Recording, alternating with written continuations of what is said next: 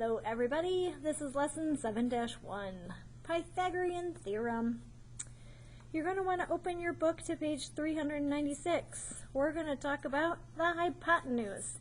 So these vocabulary words you're going to want to commit to memory because you'll use them this year and next.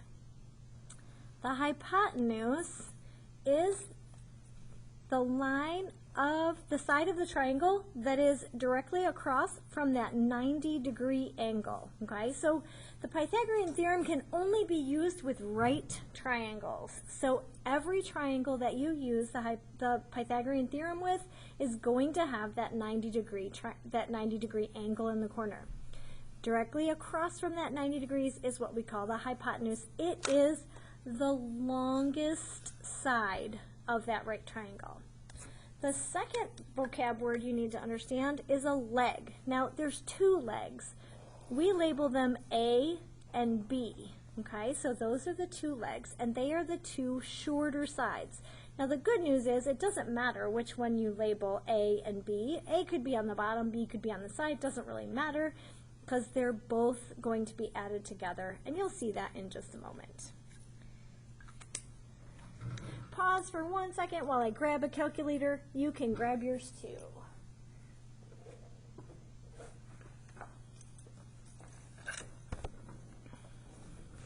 Set that to the side because we'll use that in just a moment. So if you take a look at these three columns, what they're really doing is proving to you that the Pythagorean theorem really does exist, and it's a squared plus b squared equals c squared. So take a note of this. I'm not going to take time to read through all of this proof, but a proof is when you actually mathematically make sense of everything and show that it is mathematically accurate and correct. Okay? What you need to remember is the Pythagorean theorem is a squared plus b squared equals c squared. So now we're going to use it. Come on down to the try it. It says a right triangle has a side length of 15 centimeters, 25 centimeters, and 20 centimeters. How can you use the Pythagorean theorem to write an equation that describes how the side lengths are related? Well, if you draw a quick little picture down here, it has to be a right triangle, okay? And we know that the longest side is the one that's diagonal from our 90 degrees. So this side is going to be 25. Now it doesn't matter what side we put 15 and 20 on. I'm just going to put 15 here and 20 here. Now the Pythagorean theorem gives us letters A, B, and C. A is a leg, B is a leg, and C is always the hypotenuse. Okay, so when you're writing this in, 15 is going to go here, 20 goes in your second spot, and then your longest side is always your letter C. When you see something squared, what that means is it times itself. So you could take 15 times 15, that's going to give you 225. 20 times 20, which is 400, and then 25, you can also use this squared button, and that gives us 625. So what they're showing you is the fact that it does work, and it is true. It says, convince me, how do you know that the geometric proof of the Pythagorean theorem shown above can be applied to all right triangles? If you add the legs, if you square each leg of a right triangle,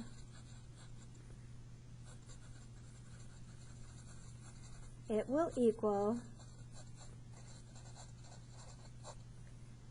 the third side squared, the hypotenuse squared.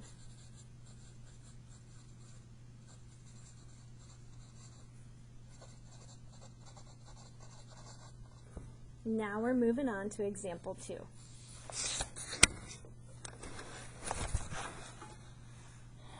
So now we're going to actually use that formula, a squared plus b squared equals c squared,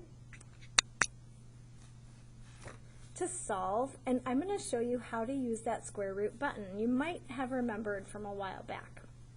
Really what this is saying is A is a leg, I like how they color-coded it, B is a leg, and C is a hypotenuse. So in this image, what we're trying to find here is C, okay? When you're using the Pythagorean theorem, it gives you C squared though. So how do you undo a squared answer?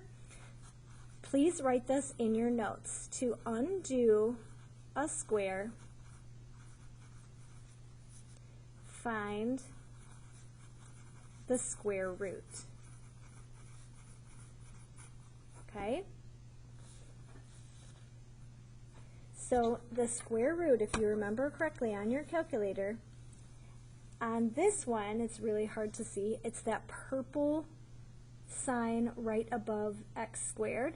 You would do, if we were doing 289, you do second function, x squared, that's going to give you that square root sign, 289, and then hit equals, and that will give you your answer.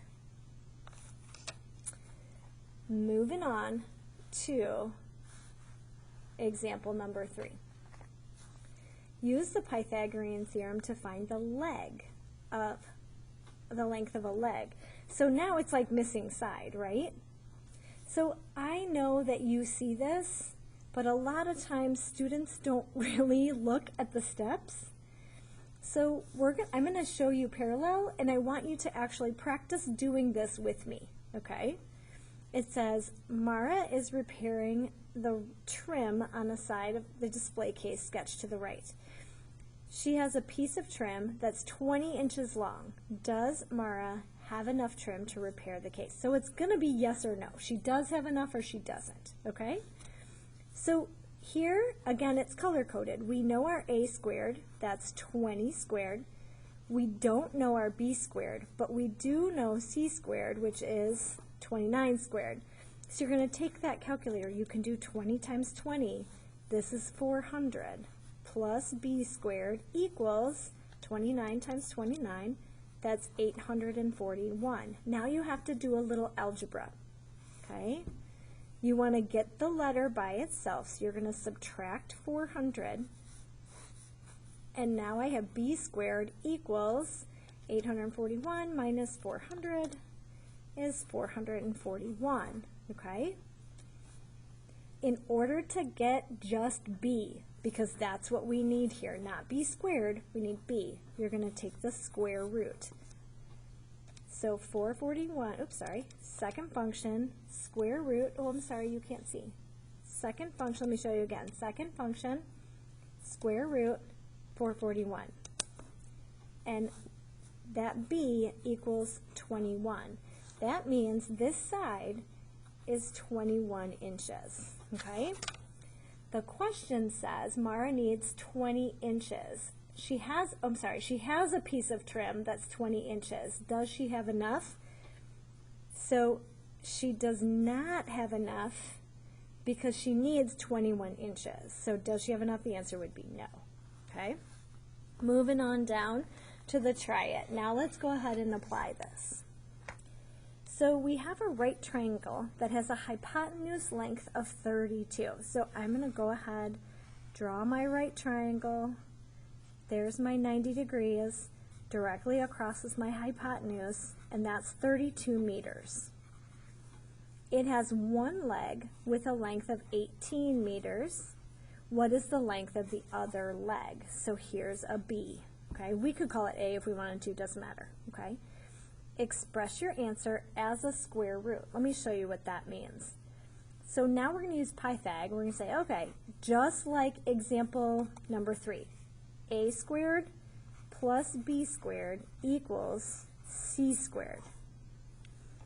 Take your calculator, 18 times 18, oops, not 50, 18 times 18, that is 324 plus b squared equals 32 times 32, which is 1024.